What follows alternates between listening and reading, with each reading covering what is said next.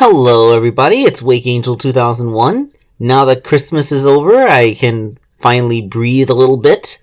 Although the store is still a little bit busy as all the post-Christmas clearance sales are going on now. But yeah, this took a long time.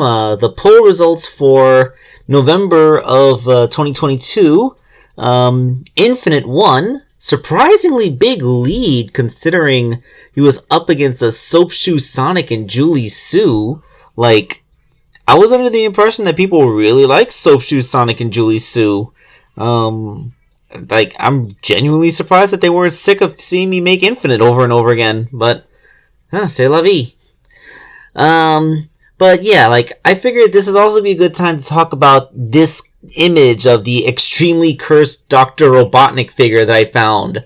I think I know what this is a reference photo of. I think that they based the action figure off of a stock image of Dr. Eggman from the classic era, doing his whole holding his hands up and laughing thing. But oh my god, what did they do to this poor guy? His arms are coming out of the middle of his torso instead of his shoulders. His nose is the same brown as his mustache, making him look like some kind of dog man. And I think the worst part is that his head is obviously cast in red plastic, and then his teeth aren't properly painted, so it looks like he's bleeding from his gums, like someone just punched him in the mouth, or he has really bad gingivitis. Oh god, I can't. That's really one of the most cursed Dr. Eggman figures I've ever seen. It's terrible. And look on his right hand, the way that the hand hasn't been painted all the way up to the cuff of his sleeve, it looks like his wrist has been cut and he's been bleeding on himself. Oh god, the more I look at this, the more horrible it is. Oh, what were they thinking? And when we pull back to see the entire collection, these are actually some of the better quality knockoffs that I've seen. I saw a guy that was selling these at Rhode Island Comic Con, and so I actually got to pick them up and handle them. And they're actually not bad figures, especially the Werehog one. They stand alright. I mean, they have basic 5 points of articulation, but their sculpts aren't terrible. I mean, Supersonic's there is not very good, but the Metal Sonic one, Knuckles, regular Sonic, they're not bad. Especially considering we haven't had a real Werehog toy since Jazzwares made theirs way back in the late 2000s. It's genuinely surprising, how, that they had such a good Werehog. But anyway, aside from that, the most interesting thing about this, of course, is going to be the packaging. I mean, you can see on the front you have a movie Knuckles, movie Tails, movie Sonic, and what's obviously trying to be a movie Shadow, which is really just a movie Sonic colored in Shadow's colors. But I think the best parts come from the other sides. On one side of the box you just have Sonic being Sonic, and on the other side you have Tails being Tails. And I'm pretty sure this is official reference material. Screencasts from the movie or promotional material. I don't think they're fan-made. But check out the back of the box. Oh my god, the back of the box. First of all, on the far right, is that really supposed to be Jim Carrey's Robotnik? What happened to his head? You know what it is? It's him from the first movie. Cause he still has hair, but they tried to poorly Photoshop on, the mustache from the second movie. Why would you do that instead of just using a screen cap from the second movie?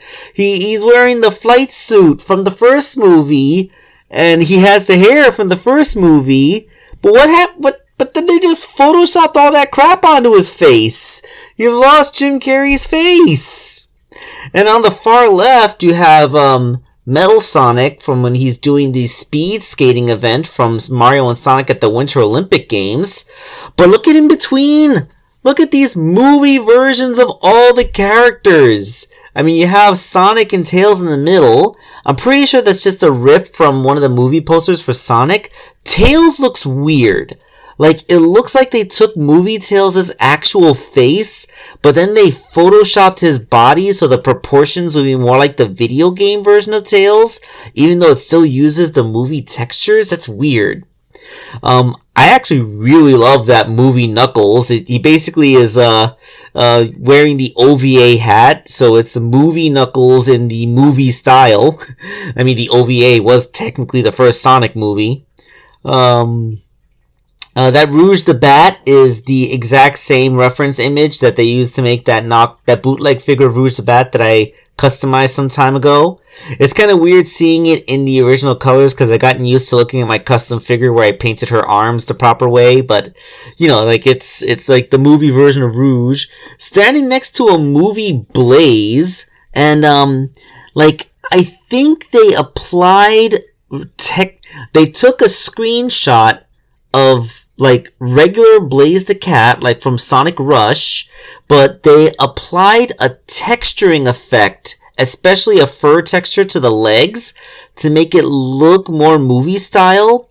And if you look at her head, like, it's movie Sonic's head reflected with some eyelashes put on, and then it's been made lilac, and they just kind of crudely stuck those 3 prongs on the back, which aren't even the proper place to be your ponytail. It looks kind of like they're just popping out the side of her head like a crown. Like, that's so weird. Like that Blaze is obviously a chop job.